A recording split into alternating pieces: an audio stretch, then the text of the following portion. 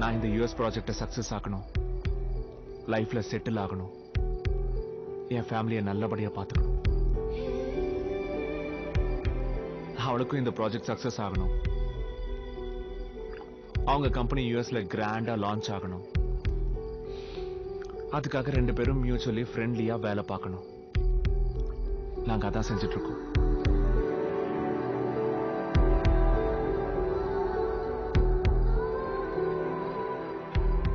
என் family members இல்லாம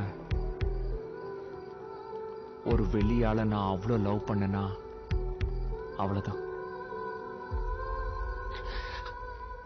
aunty, அவ எனக்கு பண்ண மோசத்துக்கு நான் இல்ல ஆண்டி. இடுப்பு உடைஞ்சவனோ கைகால் விளங்காதவனோ வருவான் பாருங்க. அட என்னப்பா நீ?